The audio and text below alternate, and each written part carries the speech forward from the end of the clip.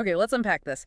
Have you ever had that feeling where, your English is grammatically perfect? Or, well, mostly perfect, Hmm. and your pronunciation is pretty clear. But when you actually speak, something just feels a little off. Yeah, like it doesn't quite land right. Exactly. Like you're saying the right words, but they don't flow the way a native speaker says them. Maybe it sounds, I don't know, a bit stiff or, yeah, maybe even a bit robotic. Oh, definitely.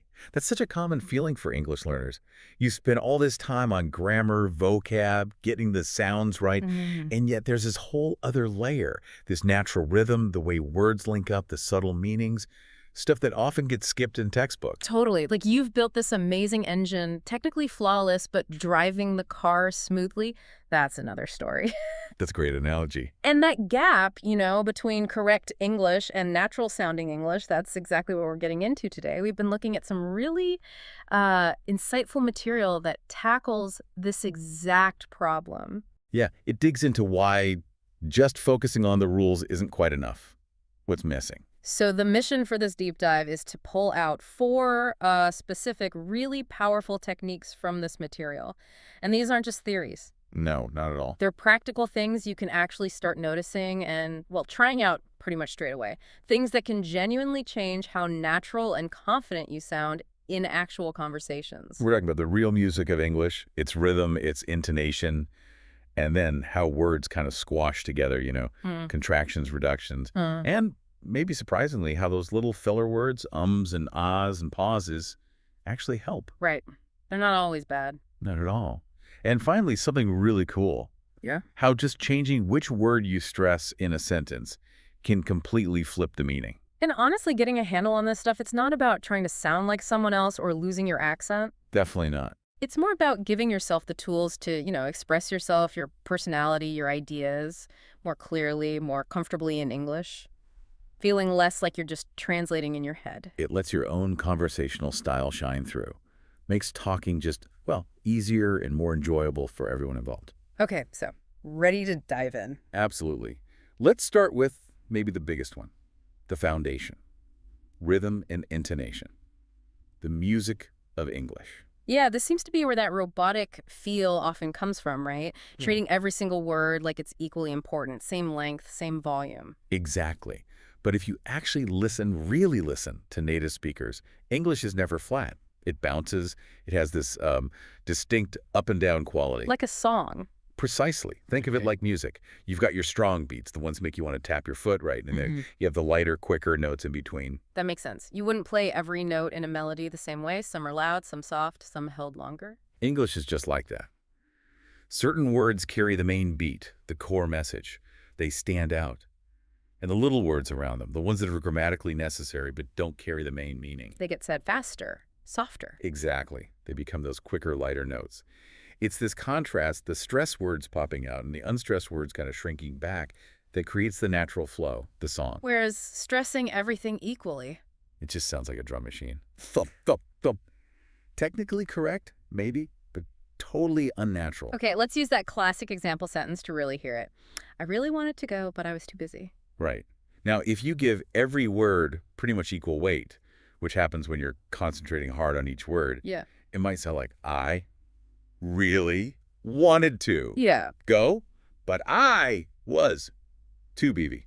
Feels pretty choppy, doesn't it? Yeah, very deliberate, stilted almost. Okay, now listen to how it typically sounds with natural rhythm. I really wanted to go, but I was too busy. Oh, wow. Huge difference. Hear that? Wanted and too busy just jump right out. They're louder, clearer, maybe stretched a tiny bit. They're the strong beats. They tell you the core info, Hmm.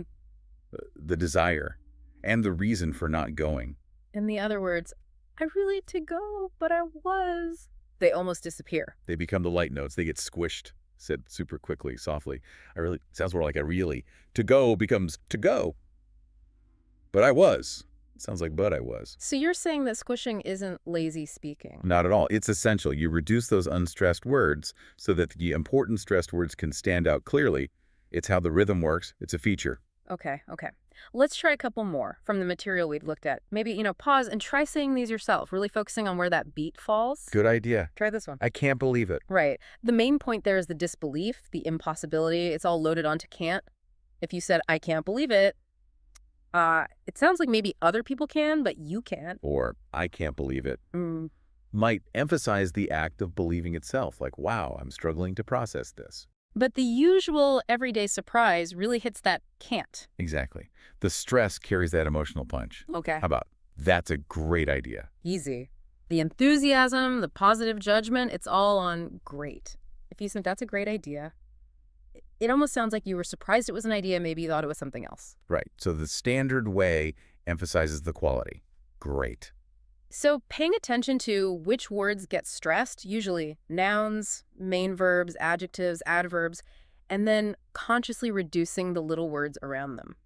That's the key. It's absolutely fundamental. It makes your English sound dynamic, musical, less monotonous, more like you're, well, dancing with the language instead of just marching through it. I like that, dancing with the language. Okay, building right on that, the idea of words flowing and connecting, let's talk about our second point, contractions and reductions. Yes. This follows so naturally from rhythm, because when you start reducing those unstressed words, they naturally start linking up and shortening. This is where learners sometimes get tripped up, right? Because you see the full words written down, going to, want to, give me, but that's not always what you hear. Not in casual speech. Definitely not. Native speakers sound fast. Sometimes not because their overall pace is frantic, but because they're so efficient at squishing these unstressed bits together.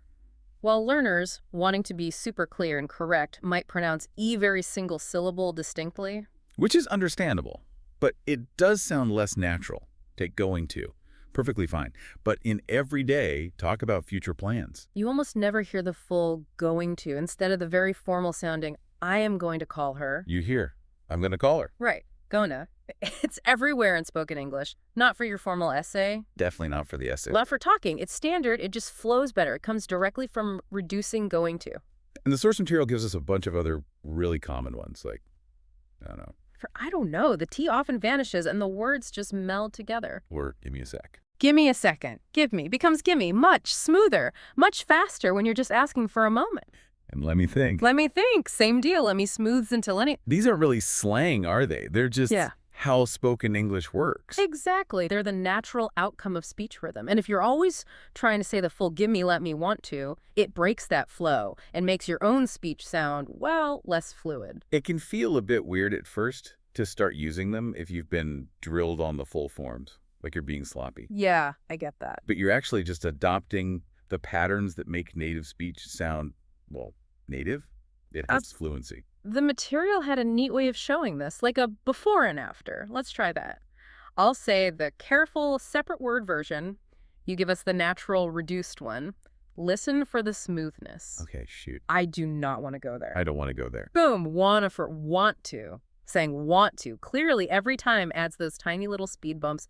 Wanna just glides over it. Okay, your turn again. What do you think about this? Ah, the classic. What do you think about this? That's a big compression. What do you... Oh, squished into one sound unit. Try saying what do you really fast, slurring it a bit. You'll probably end up near would ya anyway. It makes sense. It's just efficiency.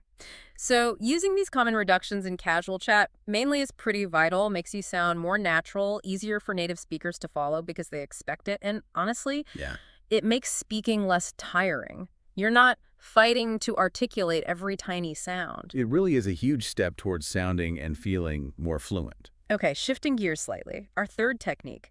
This one might actually surprise some people. It's about embracing filler words and pauses. This definitely pushes back against that old idea that fluent means flawless, uninterrupted speech. Right. We kind of get taught that pausing is bad, that saying or means you're struggling, but just listen to how people actually talk.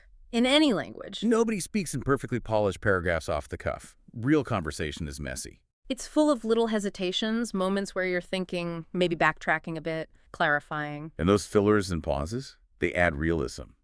They get rid of that stiff, overly prepared sound. And, crucially, they give you thinking time. That thinking time is gold, especially when you're operating in a second language. You need milliseconds to grab the right word, the right structure. Trying to force out perfect sentences nonstop is just immense pressure. It is, and natural pauses, maybe sprinkled with a filler, buy you that time without making it seem like you've just completely stalled. The source material flags a few really common fillers and what they often do, like Well, Yeah, often at the start as an answer. Signals you're thinking or maybe softening what comes next. or, sometimes it's checking, like, are you with me? But often it's just a bridge while your brain catches up. I mean, Yeah. that's a big one for clarifying, right? Rephrasing, adding detail. What I meant was, And then there's the infamous, like, love it or hate it. it's everywhere. Especially in casual talk, the material points out, yeah, it can be overused, but it's often used to introduce examples or approximations, or sometimes just as a verbal tick, a placeholder. Understanding it is key to understanding how people actually speak. Let's look at how these little words totally change the vibe. Imagine disagreeing with someone. Just saying, flat out, I don't agree. Correct, but maybe a bit blunt. Confrontational. Could be. Yeah. Now compare that to adding some conversational padding. Well, I mean, I kind of see your point, but Totally different feel. The well says, okay, processing. The I mean says, let me explain my angle. That little pause after but feels natural, like you're gathering your thoughts for the counterargument. it sounds less like a judgment and more like you're participating in a give and take.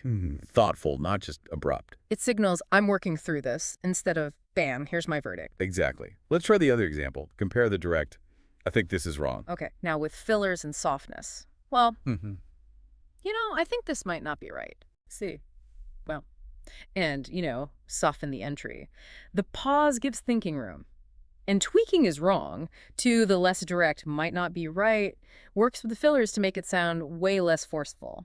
More diplomatic, maybe. Yeah, less absolute. It just takes the pressure off having to be perfectly eloquent every second. Using these pauses, the odd, it makes you sound more human, more relaxed. And weirdly, it can actually make you feel more fluent because you're giving your brain space to work. It's a really crucial part of conversational flow, lets you think on your feet. Okay, let's move to our final technique. And this one is, wow, it's really powerful for getting your exact meaning across. Sentence stress. Ah, this is where it gets super interesting. Because it shows just how much meaning is conveyed by how we say things, not just the words themselves. It builds on rhythm, but it's about consciously shifting the stress to change the message. It's wild. The words stay the same, the grammar is identical, but the whole meaning can pivot just based on which word you lean on, like a hidden layer of meaning in the melody. Precisely. Let's use that great example from the source. I didn't say she stole the money. Looks simple enough. But watch this. Let's break down the different ways to say it and what each implies, according to the material. Listen for the stressed word. Okay, first, stress I. I didn't say she stole the money. What does that mean? It means someone else might have said it, but you didn't. The focus is entirely on the speaker, denying personal involvement in the saying. Right. Now stress the verb say. I didn't say she stole the money. Huh. This implies you didn't use those exact words. Maybe you hinted, maybe you wrote it, maybe you thought it really loudly, but you didn't verbally say it. The focus is on the action of speaking. Okay, now stress she. I didn't say she stole the money. This one's common. You're admitting the statement, someone stole the money, was made, but you're correcting who it was attributed to. It wasn't her, it was someone else. The focus is on the person accused. It's pretty amazing, isn't it?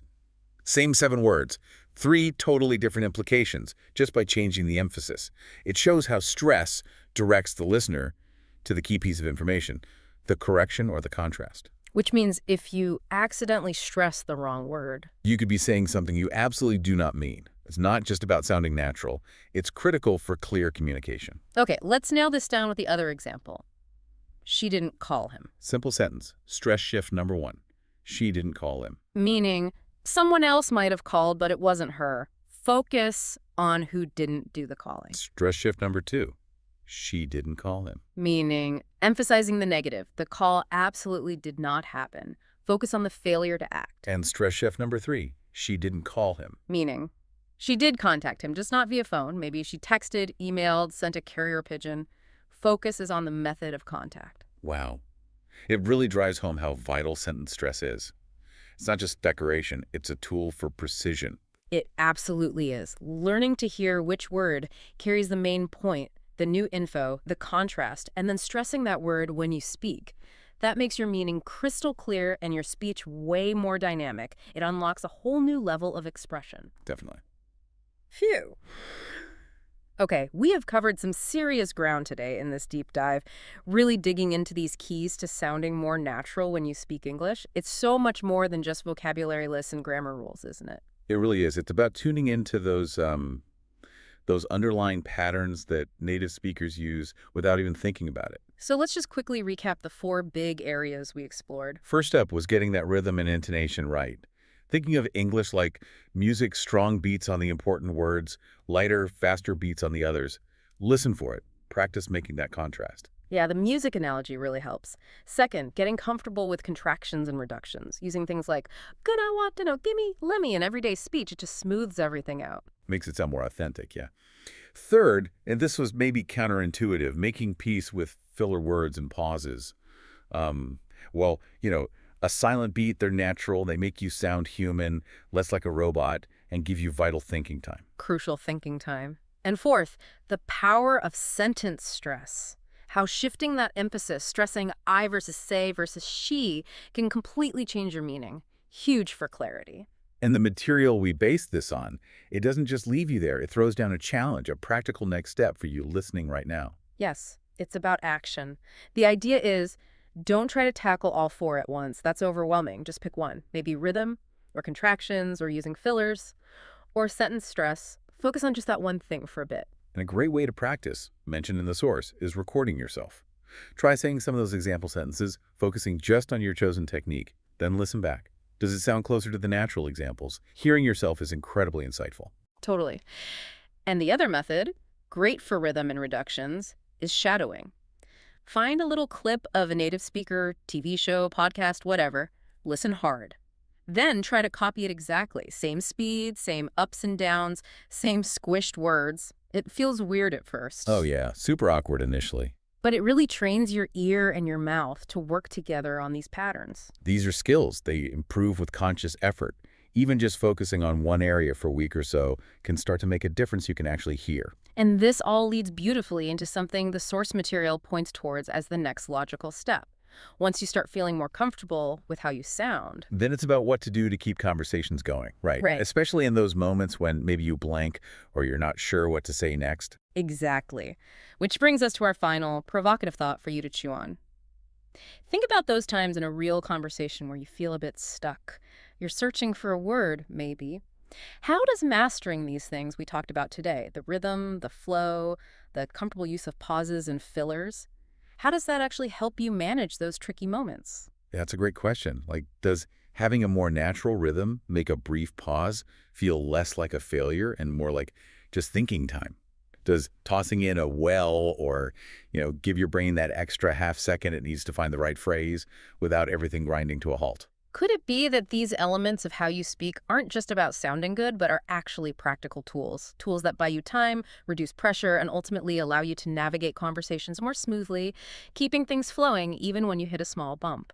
Is sounding natural also a strategy for staying conversational? Something to definitely think about as you practice these techniques, how the flow itself supports the conversation.